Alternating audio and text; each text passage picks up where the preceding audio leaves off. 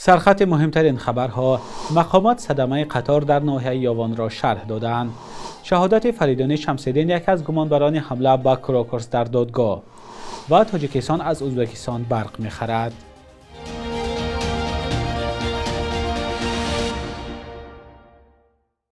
سلام بینندگان عزیز، تازه ترین خبرهای تاجیکستان و جهان را از استودیوی دوشنبهگی رادیوی آزادی تقدیمتان می‌کنیم. امروز 16 دکبر سال 2025 است.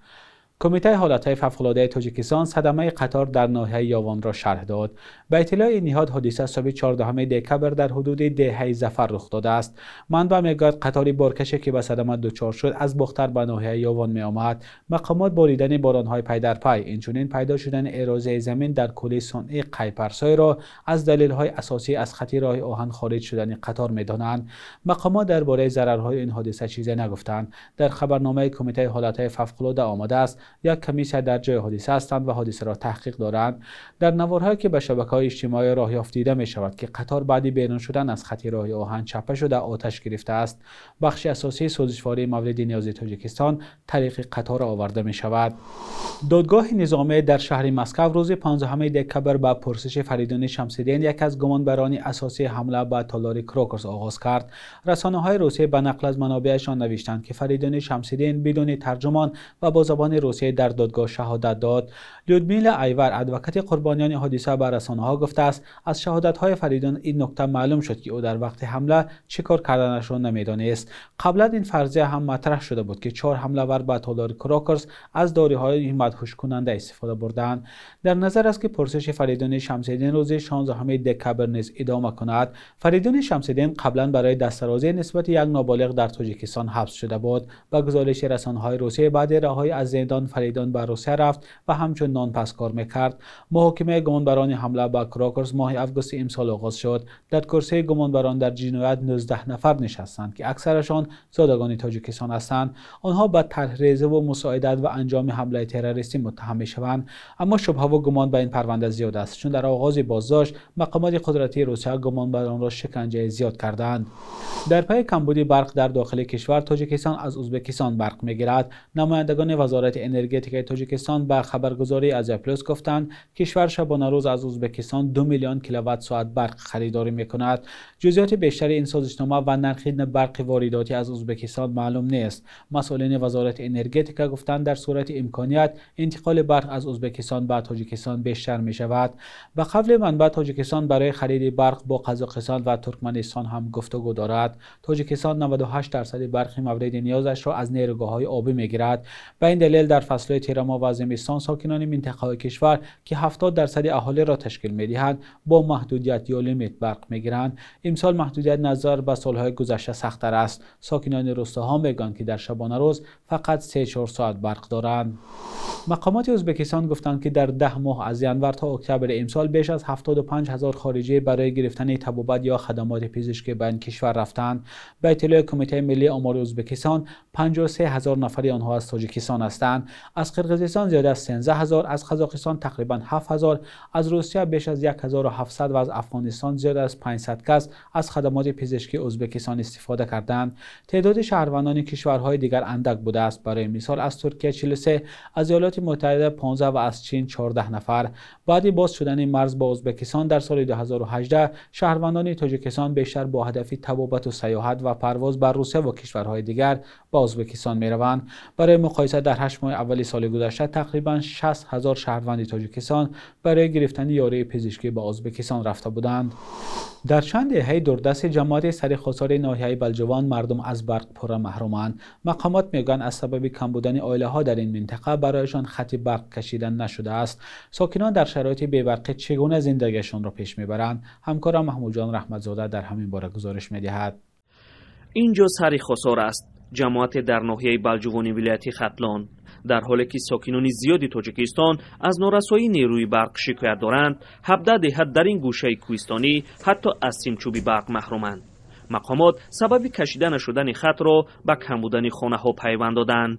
دههایی که بی برق هستند، اصلا دههایی که دوردست است مرکز ناحیه، خصوصا با موضع سرخوصار. شما میدونید بعضی دههایی داریم که 3 عائله زندگی میکنند، برق ندارد. در گذشته برای تأمین اهالی اینجا با برق بعضی نیروگاه‌های خرد ساخته شده بود. چندی از آنها از کار مانده‌اند. حالا مقامات تلاش دارند به طور سنجشی یک دهه را با پانل‌های آفتابی با برق تأمین کنند. اگر این کار نتیجه داد، در آینده شاید دهه‌های دیگر نیز صاحب برق آفتابی شوند. Энергетика ва захироби ҷумҳурии Туркистон бо панелҳои офтобӣ ози як тарафа кадестем як деҳара ки мо ҳамро бинем ҳамчун эксперименти чил мешавад дар оянда. бо ин агар инам шавад бо ҳамин тасмим мегирифтем ки бо давом мекунем. инам дар ҳамин худи мавзеъ сари хосор аст, ҷамъият сари хосор. مقامات در حال در این باره صحبت میکنند که بعضی از ساکنان میگویند کیها باز مشکلی بی‌برقی را با پنل‌های آفتابی حل کردند. مظفر یوسفوف یکی از آنهاست. او میگوید 10 سال پیش به واسطه یک طرح دولتی در بام منزلش پنل آفتابی گذاشت و از این حساب خانه‌اش را روشن میکند. حالا میخواهد یک پنل دیگر نصب کند تا نیروی بیشتری برق گیرد. جایی که آب نداره مثلا یک بالا اکثرش آب قطع کردن گس کردن انا او پرودا که اون است بسیارش انتری یا 20% انتری چیه نه قشلوقی پاستلاگ میگن پولین انتری پنلای خدای کوچه پروژکتور رو کارگر هم ماست نمیشه خیلی کمی کدی راسته در پروژکتور انتری کاری خشول افسیسه می‌دونی. و مثل این ده‌ها دهه در گوشه‌های گوناگون تاجیکستان از نبودن راهی درست و خطی برق اذیت می‌کشند. مسئولان شبکه‌های تقسیم برق در یک نشست مطبوعاتی ماه ایول امسال گفتند که طبق یک طرح به تقریباً 80 دهه در 3 ناحیه ولایت ختلان خطی برق می‌کشند. خطی که احتمال در بهار و تابستان پرره و در تیر ماه و زمستان با محدودیت برق خواهند داشت.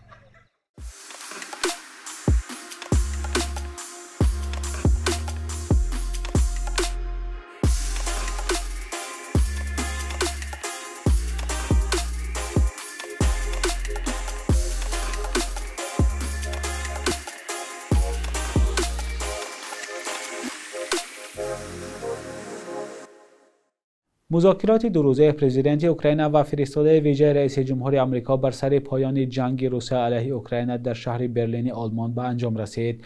در این باره رسانه‌های اوکراینی از قبل دیمیتری لیتوین مشاور دستگاه پرزیدنت اوکراین خبر دادند. مذاکرات ولادیمیر زلنسکی با استیو ویتکوف فرستاده ویژه پرزیدنت آمریکا و جرید کوشنر داماد دونالد ترامپ روز یکشنبه 14 دکبر زیاد از 5 ساعت ادامه کرد. روز دوشنبه 15 دکبر طرف‌ها نزدیک 2 ساعت گفتگو کردند. ولادیمیر زلنسکی بعد این واخری گفت که مذاکرات با نمایندگان آمریکا پرمحصول بود و امیدوارند که به صلح پایدار دست می‌یابند. زلنسکی علاوه کرد که موضوع حل نشده این حدود و یا زمین است. در همین حال فریدریخ مرز صدر اعظم آلمان خبر داده است که کشورهای اروپا و ایالات متحده آمریکا توافق کردند بر اساس بند 5 اساسنامه ناتو به اوکراین کفالت امنیتی دهند. رسانه اسکای نیوز با تکیه به منابعش نوشته است که پرزیدنت دونالد ترامپ از نتیجه های مذاکرات اخیر قناعتمند است. همصحبت این رسانه گفته است که در چندین مسئله توافق حاصل شد. با گزارش گاردین هیئت آمریکا گفته است که 90% مسئله ها میان دو طرف حل شدند. بخش یک روز تاریخ است که مهمترین تحولات تاریخی در روز 16 دکبر را فرا میگیرد.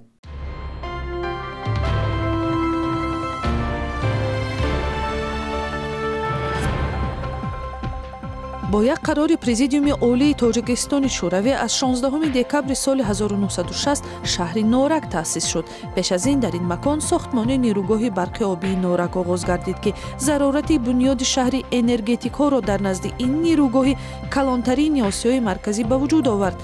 در بنیاد شهر نورک متخصصان از تمام اتحاد شوروی اشتراک کردند. مقامات وزارت کارهای داخلی تاجیکستان ماه دکبر سال 2018 از افزایش شمار زنان تنفروش خبر دادند. شمار زنهایی که از راه همخوابگی با مردان پول به دست می آورند نه کمتر از 6000 نفر بوده. تعدادشان تا رفت بیشتر می شود. اکثرشان 18 تا 30 ساله می باشند. گاهان نابالغان هم برای تنفروشی پا می گذارند. مشکلات اقتصادی و بیکاری را کارشناسان علت اصلی افزایش تنفروشی در جامعه سنتی تاجیکستان می نامند.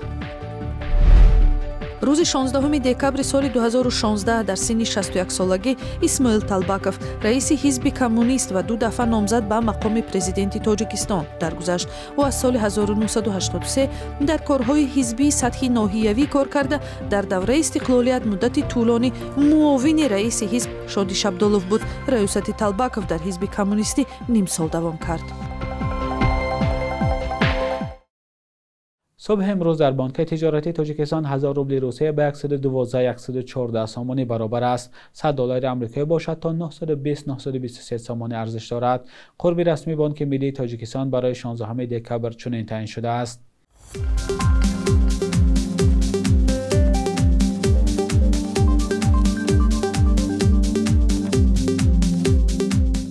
بینندگان عزیز، مهلت جدا شده برای برنامه نوید به انجام رسید. لطفاً نظر و پیشنهادهای خود را با ما فرستید. خدا نگهدارتان.